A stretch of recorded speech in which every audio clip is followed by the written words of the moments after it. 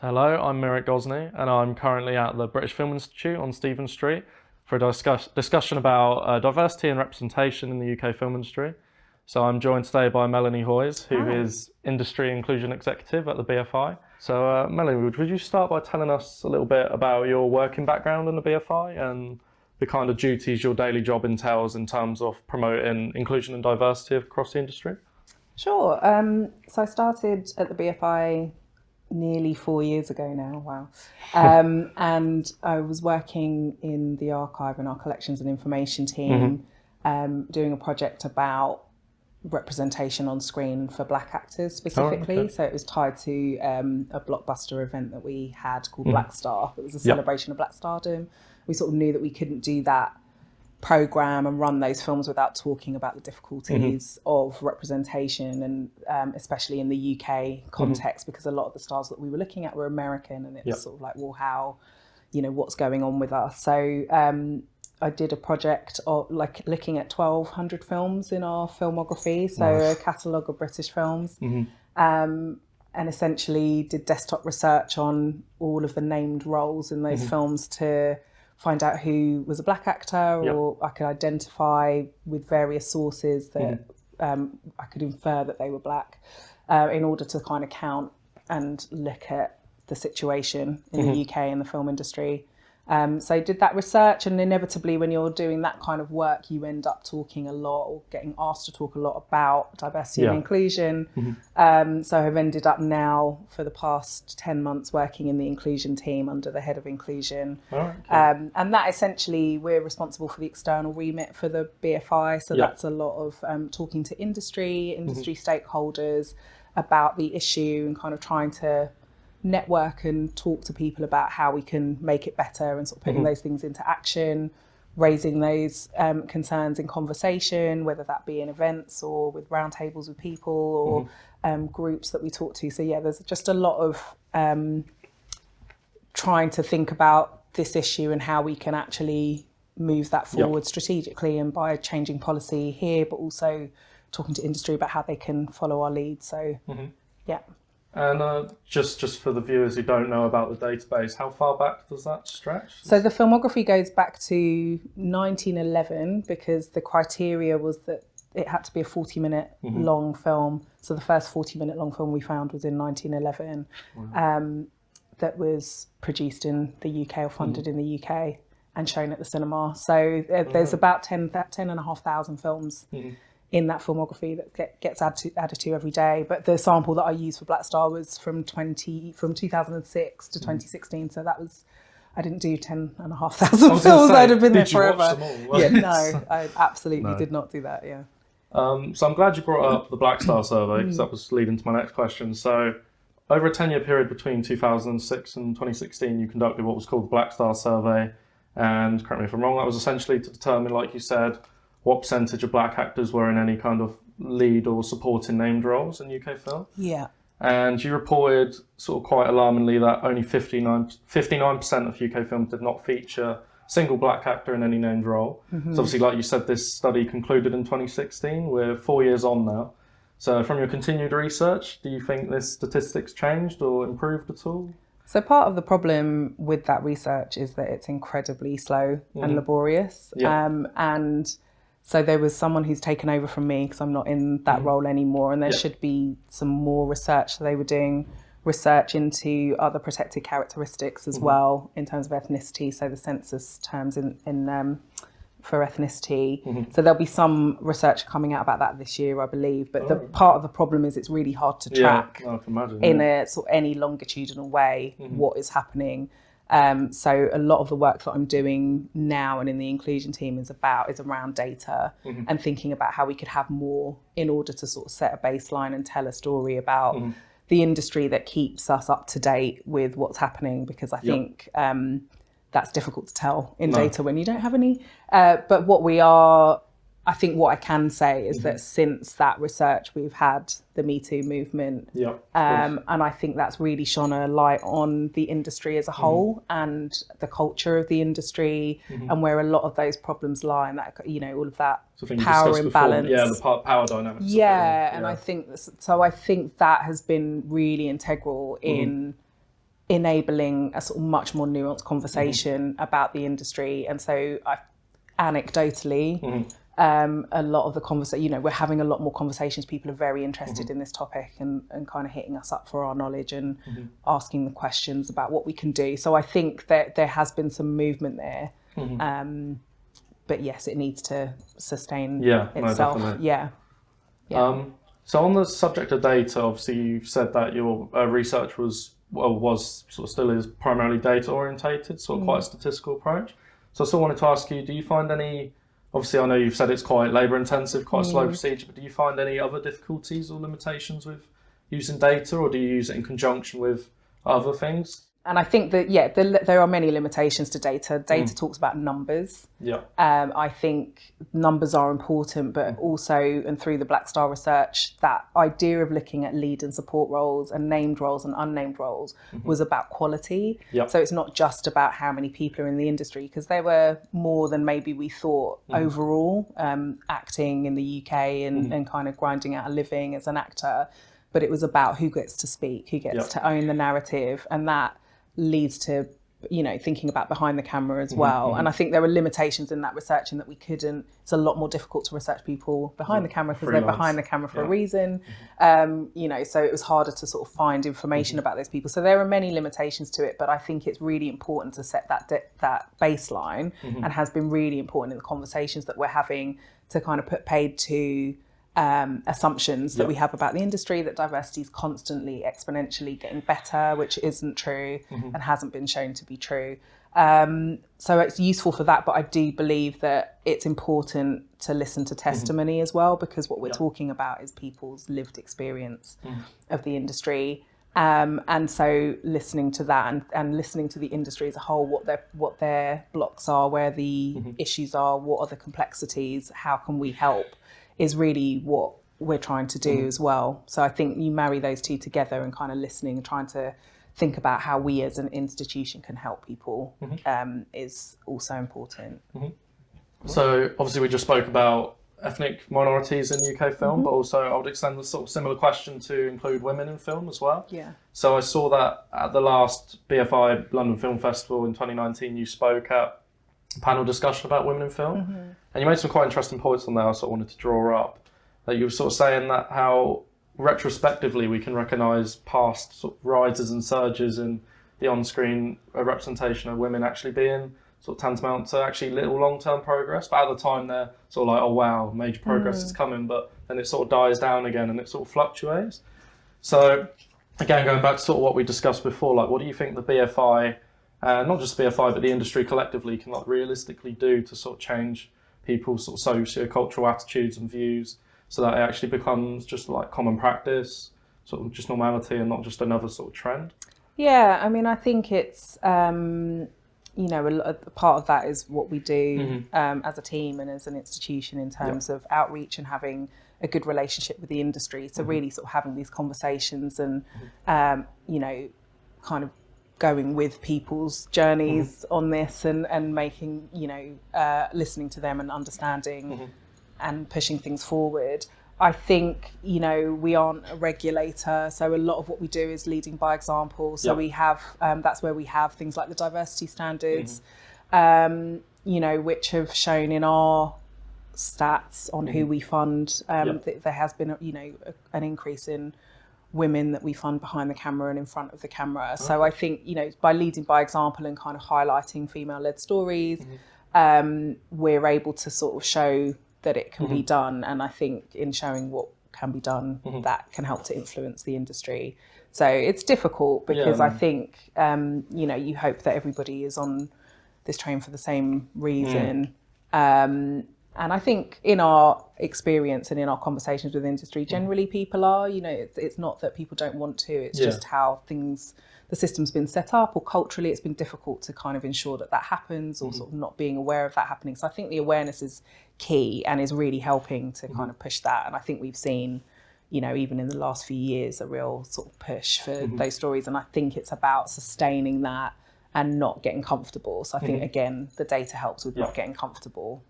So on that No, so even like big companies you've worked with, because obviously the BFI's worked quite extensively with companies like BAFTA and the BBC. So have they responded quite well to it? Like, do they actually sort of take these standards and try to incorporate Oh, them? absolutely. I think, I think our relationship, the fact that BAFTA took on those standards has been really key in us trying to get people to voluntarily take up the standards, which we've pledged to do by the end of our strategic period of 2022.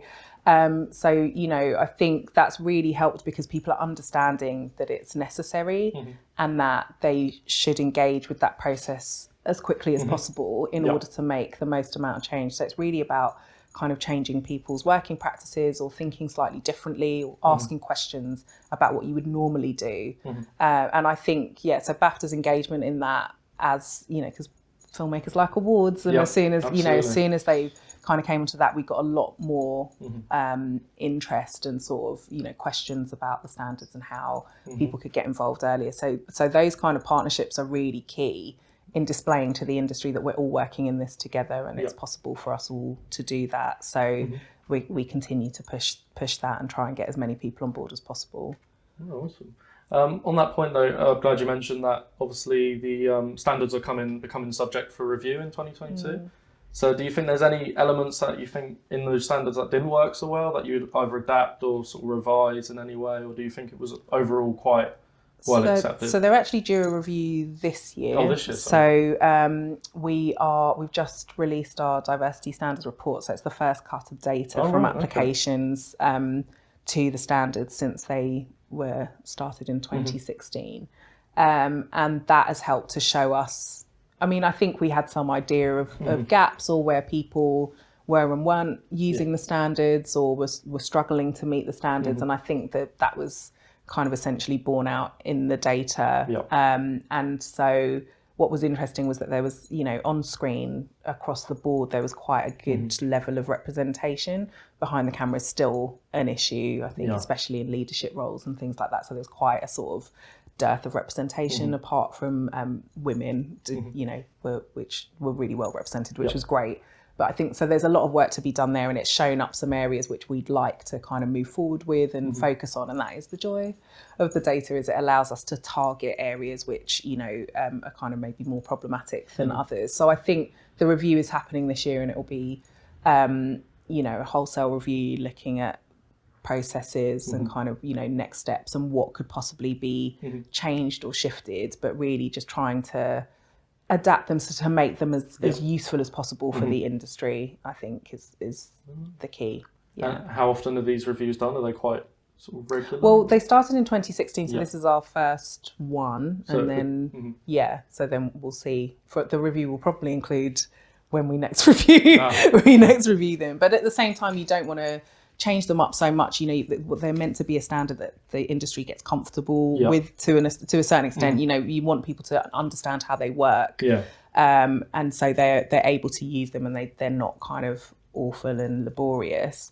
So we don't want to change them up too often. It's really about, balancing how effective they are with, the industry's needs as well. So we're constantly in that place as an institution doing all of those things.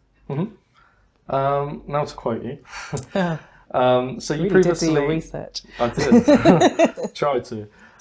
So you previously written that we need to stop seeing diversity as something to aspire to, but rather recognise that we live in a diverse society and capture it as such. Now I thought that was quite an interesting statement because it sort of reminded me of, obviously, which you'll be familiar with, David Oyelowo's keynote speech at the 2016 BFI Black Star Symposium.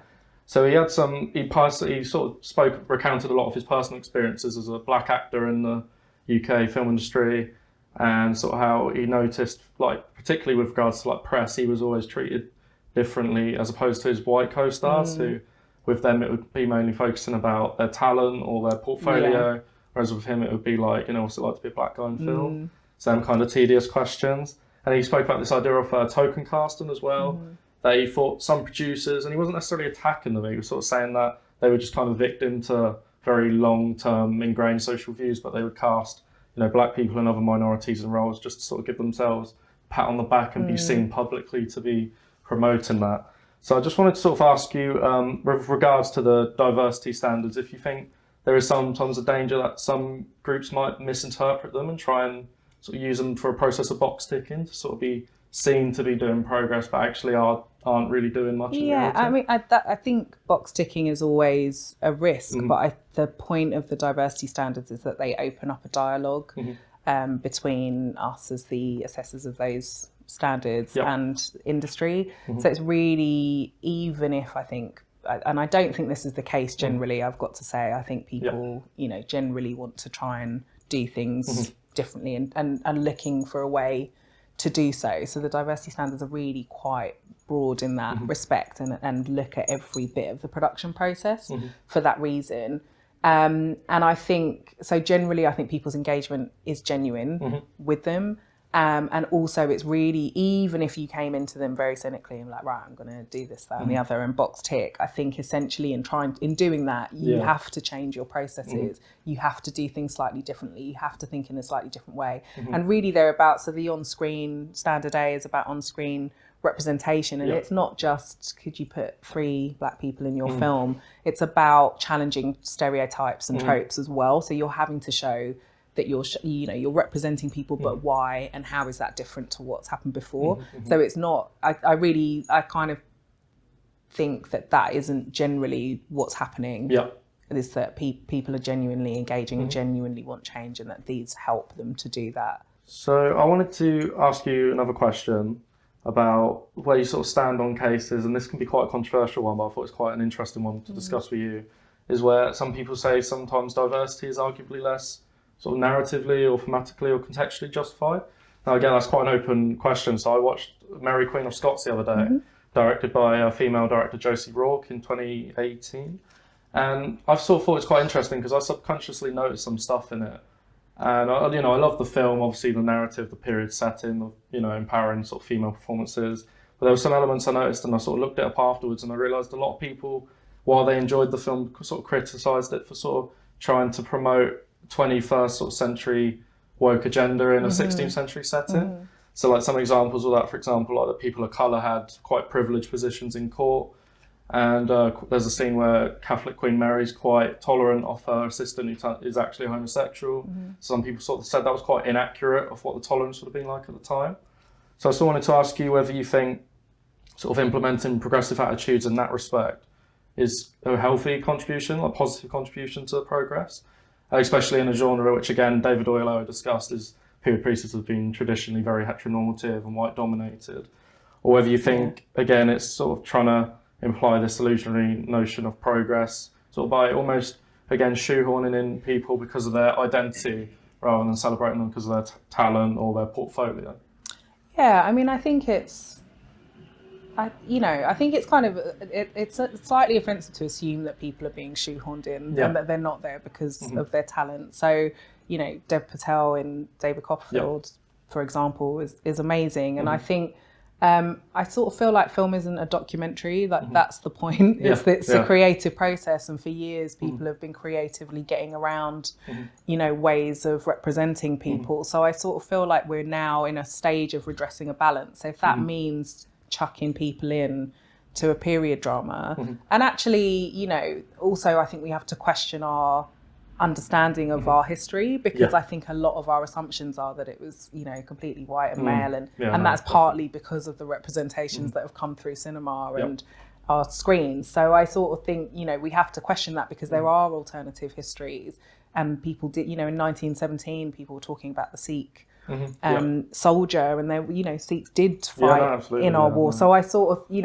I think also understanding our own privilege and kind of understanding our history is important in that. Why are we questioning that?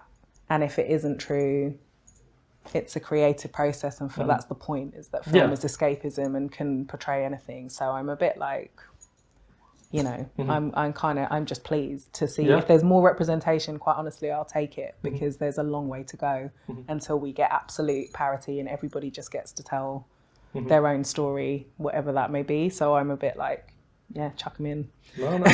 I'll have it. It's a good point, because I think I sort of watched how the director, I read an interview, how she responded to those claims, and she sort of said something like that, because she came from a primarily theatrical background before film, where it's quite a common tendency to obviously mix gender roles and colourblind casting. So she said again exactly that, like, don't look at it as a documentary. It should just be invisible. Just do it. Absolutely. I mean, and look at Notting Hill. Yeah. You know, there's completely no. You know that why does that not kind of get the same ire? It was completely whitewashed in a very kind of traditionally Afro-Caribbean area. So it's sort of, you know, it works both ways. Yeah, so, no, totally. So would you say, like, with this idea of James Bond as well, because again that attracted quite sort of mixed reviews. That, I mean, I love Idris Elba, he's a great actor, and sadly he's one of them who had to sort of start in America before he came over here. Yeah.